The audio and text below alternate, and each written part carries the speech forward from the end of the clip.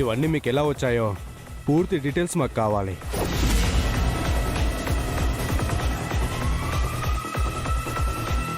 Already మీ ఫ్యాక్టరీలో files, account books అన్నీ మేము హ్యాండ్ ఓవర్ చేసుకున్నాం. వాటిని బట్టే మేము మీ ఇంటికి వచ్చాం. మీ ఫ్యాక్టరీకి సంబంధించి మీరు సంపాదించిన బ్లాక్ మనీని ఇక్కడ భూములు, నగల రూపంలో మార్చారు అని మా ఎంక్వైరీలో స్పష్టంగా తెలిసింది. కాబట్టి మీరు వీటన్నింటికి సంబంధించిన లెక్కలు చెప్పాలి. ఇప్పుడు చెప్పకపోతే ఏం చేస్తారేంది? మీ ఆస్తులన్నీ జప్తు చేస్తాం. లెక్కలు లేని ఆస్తిని అక్రమంగా సంపాదించిన వాటి తాలూకా ఓనర్ని అరెస్టు చేస్తాం.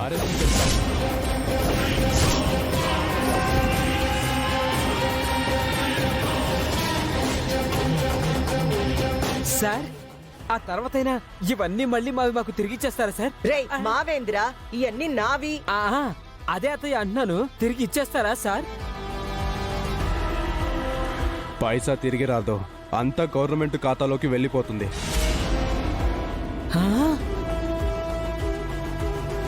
ఆఫీసర్స్ సార్, ఇంకా మాటలు అనవసరం. వీళ్ళని చూస్తుంటే ఇంతవరకు ప్రభుత్వానికి పైసా కూడా ట్యాక్స్ కడుతున్నట్టు లేరు. సార్ అలాంటిదేం లేదండి, లెక్కలన్నీ సరిగ్గానే ఉన్నాయి. మరి ఉంటే చూపించండి.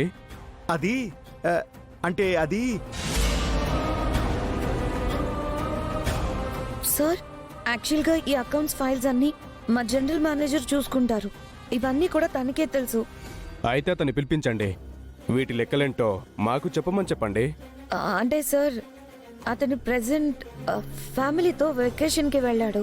రావడానికి కాస్త టైం పడుతుంది. మాకు అదంతా అనవసరం మేడం.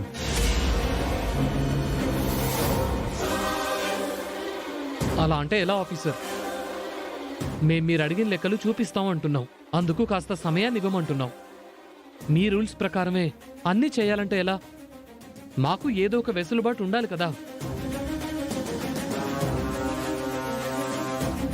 అలాగే, మా రూల్స్కి విరుద్ధమే అయినా మీరు లెక్కలున్నాయని ఖచ్చితంగా చెప్తున్నారు కాబట్టి రేపటి వరకు మీకు టైం ఇస్తున్నాం. మీ జీఎం ఎవరో పిలిపించి లెక్కలు చెప్పించండి. అలాగే సార్. ఆఫీసర్స్, ఇవన్నీ గదిలో పెట్టి సీజ్ చేయండి.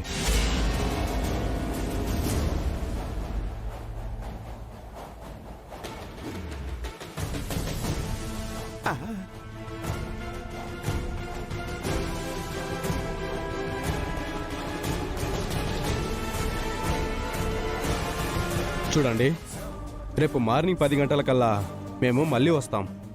ఆ జిఎం ఎవరో పిలిపించి మాతో విచారణకి కూర్చోబెట్టండి.